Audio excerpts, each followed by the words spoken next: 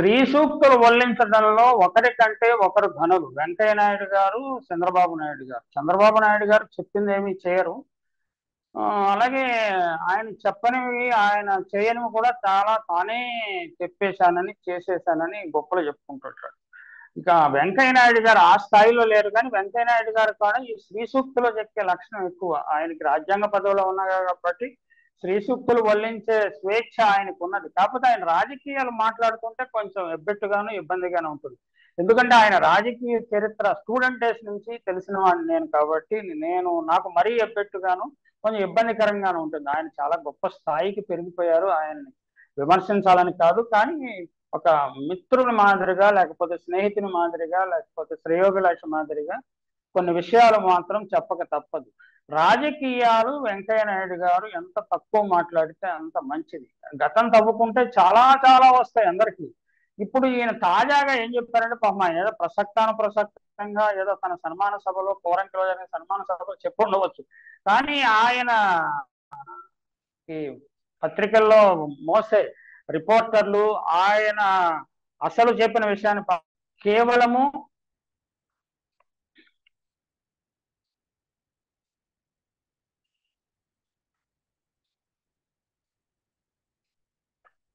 ఒక చిన్న అంశం అయి ఉండొచ్చు, నేను కాదనను, కానీ దీనివల్లనే ఓడించేశారు అని చెప్పడం మాత్రం చాలా విడ్డూరంగా ఉంది. మీరు సుదీర్ఘమైన రాజకీయ అనుభవం ఉన్న వెంకయ్య నాయుడు గారు ఇలా మాట్లాడటం కొంచెం ఎబ్బెట్టుగా ఉంటుంది. ఓటమికి అదే కారణమని ఎలా చెప్పగలరు? విమర్శించిన ఆయన కూడా చంద్రబాబు సామాజిక వర్గానికి చెందినవాడే, చంద్రబాబు పార్టీకి చెందినవాడే, ఆ ఎమ్మెల్యే ఆయన నుంచి దూరంగా జరిగి వైసీపీకి సన్నిహితం కావాలని చూశారు, కానీ పార్టీలో చేర్చుకోలేదు. ఆయన ఏదైనా విమర్శ చేస్తే దాన్ని భువనేశ్వరి గారినో లేకపోతే కుటుంబ సభ్యులను విమర్శించారని మీరు దాన్ని అస్యూమ్ చేసి దాన్ని ఎండార్స్ చేసి దానికి ఒక రాజముద్ర వేయటం అంత సమంజసంగా లేదు వెంకయ్య నాయుడు గారు. వెంకయ్య నాయుడు గారికి 75 సంవత్సరాలు నిండిన సందర్భంగా కోరంకి మురళీ రిసార్ట్స్ లో ఆదివారం ఆత్మీయ సంగమం నిర్వహించారు. మీకు చాలా సన్మానాలు జరగాలి, ఇంకా మీరు చాలా దీర్ఘకాలం జీవించాలి, శతాయు ఆయుష్మాన్ భవతి, 100 సంవత్సరాలు మీరు జీవించి తెలుగు ప్రజలకు సలహాలు చెప్పండి. కానీ రాజకీయ సలహాలు, రాజకీయ కారణాలు ఎంత తక్కువగా మాట్లాడితే అంత మంచిది. అంటే మీలాగానే కదా జయప్రకాష్ నారాయణ అయినా, లేకపోతే మీలాగే మరికొందరు నిమ్మగడ్డ రమేష్ కుమార్ అని అయినా మరికొందరు ఉంటారు. వాళ్ళు ఏంటంటే వారు మాట్లాడింది ఎందుకు మాట్లాడుతున్నారు ప్రజలకు గుర్తిస్తారు. అంటే నేను ఇలా మాట్లాడితే నాకు కూడా, నా మీద కూడా బురద చల్లొచ్చు. నేను చల్లటానికి నేనేమి వెనకాడను, సందేహించను. కానీ మీరు రాజ్యాంగ పదవి చేశారు, నేనేమి రాజ్యాంగ పదవులు చేయలేదు. ఏదో నేను ఒక సామాన్య పౌరుడిని, పత్రికా రంగంలో పనిచేసిన అనుభవం ఉన్నది, చాలా మంది సన్నిహితంగా చూసిన అనుభవం ఉంది కాబట్టి నేను చెప్పదలుచుకున్నది నేను చెప్తాను. నాకు పబ్లిక్ ఒపీనియన్ చెప్తాను.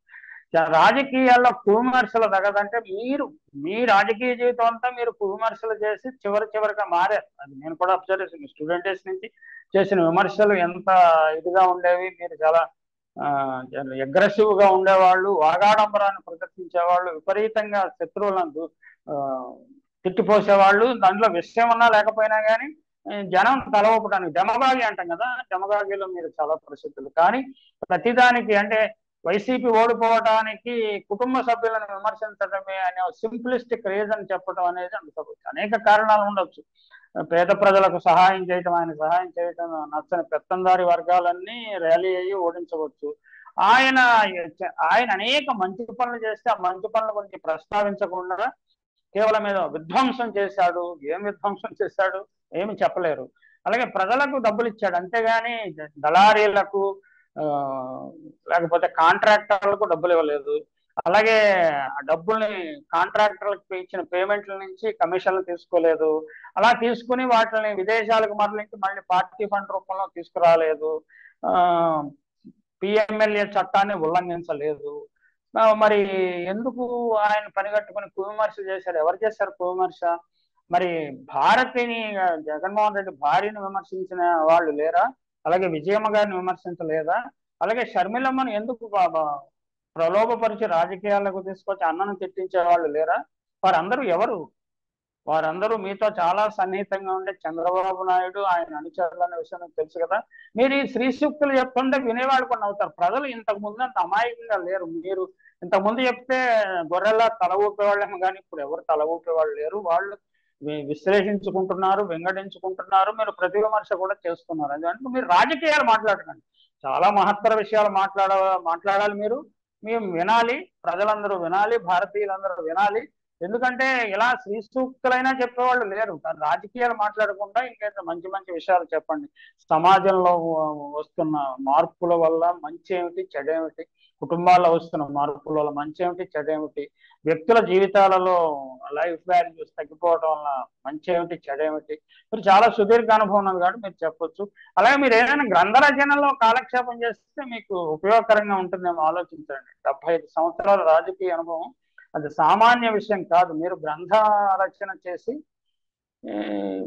ప్రజలకు తెలియజేయవచ్చు. మీరు గ్రంథ రచన చేసే సామర్థ్యం ఉందో లేదో అని పత్రిక కూడా చర్చ జరిగింది. అసలు మీరు పత్రికలో రాసే వ్యాసాలు కూడా మీరు రాయరు, ఎవరో రాశారు అని కూడా చాలా ప్రముఖ వ్యక్తి ఎవరు వ్యాఖ్యానించారు. కానీ మీతో పరిచయం నాకు కొద్దిగా ఉన్నందువల్ల మీరు రాయగలరు, చెప్పగలరు, ఉపన్యాసాలు చక్కగా చెప్పగలరు, ప్రజారంజకంగా జనరంజకంగా మాట్లాడగలరు. మీరు చంద్రబాబు నాయుడు అంతటి బోరింగ్ స్పీకర్ అయితే కానే కాదు. మీకు మీలో విషయం ఉంది కాబట్టి మీరు ఆ విషయాలు చెప్పండి. అనవసరపు విషయాలు జోక్యం చేసుకుంటే కొంచెం ఇబ్బందిగా ఉంటుంది.